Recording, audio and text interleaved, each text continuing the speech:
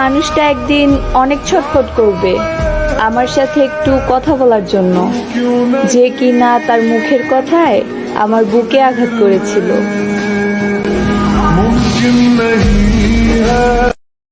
এ মনে যদি তোমাকে ছাড়া অন্য কাউকে জায়গা দিতে পারতাম, তাহলে কোনোদিনও তোমার জন্য আমার কষ্ট হতো না।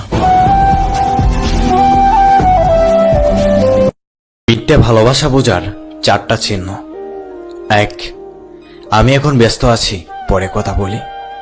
2, তোমার যা ইচ্ছা তাই করবে। 3, রেগে গেলে রাগ না ভাঙিয়ে রেগে যাওয়া। 4, সব সময় দূরে যাওয়ার বাহানা খোঁজা।